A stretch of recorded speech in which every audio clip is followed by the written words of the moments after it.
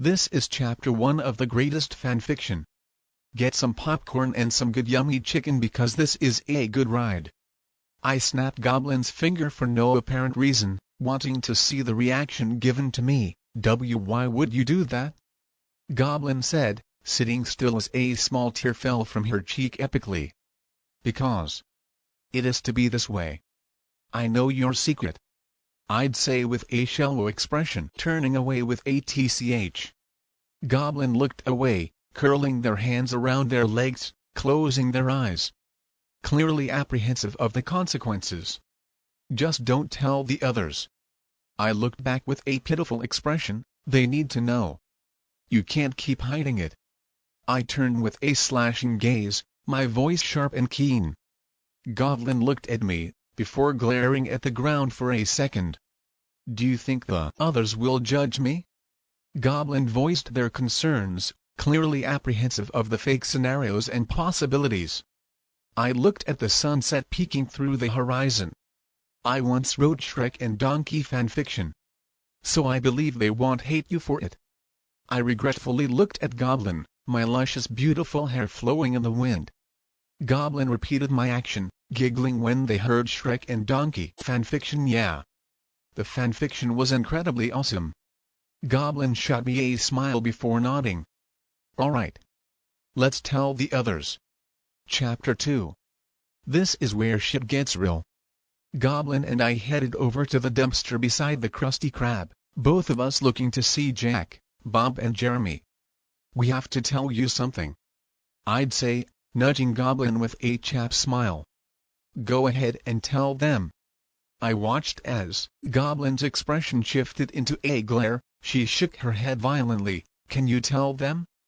Goblin spoke, feeling like every word she said became a maelstrom. Goblin has been hiding something from the three of you.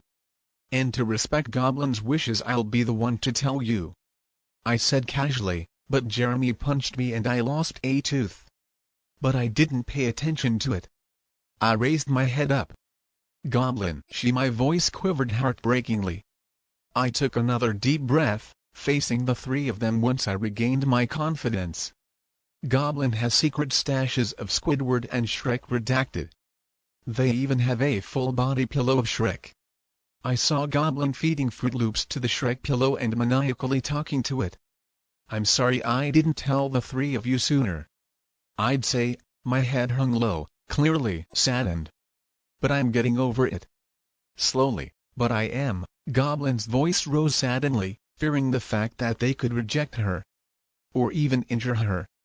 Don't worry, I have an addiction to My Little Pony figurine surprises. But suddenly Bob's foot twisted inhumanly, he uppercut Goblin in the jaw. However, I can't accept this. The random-ass guy's voice rose heavily, the power of the heavens developing in his fist. I quickly went to Goblin. Do the thing we practiced. My own voice rose, piercing Bob's ears to tase him. Goblin began panicking, screaming brutally while she fumbled in her pockets to grab a Shrek figure. She threw it at Bob's forehead and the man began bleeding internally. Oh my gosh. I am so sorry. Goblin said sympathetically. Goblin began shaking and looked over to me. Bob's lifeless body toppled on the ground. He coughed and spat out blood. I'm sorry Goblin, his voice sputtered, I'm just jealous. He'd chuckle lowly, running out of breath, because I've always wanted a relationship with Shrek and I felt so frustrated. Bob smashed his fist weakly into the ground. I shouldn't have let it bother me, but after all this time I wanted to be by his side. His voice rose, but his expression softened once he looked at Goblin and I. At least I know Shrek will always be in a good place. By you. Even if he isn't by mine.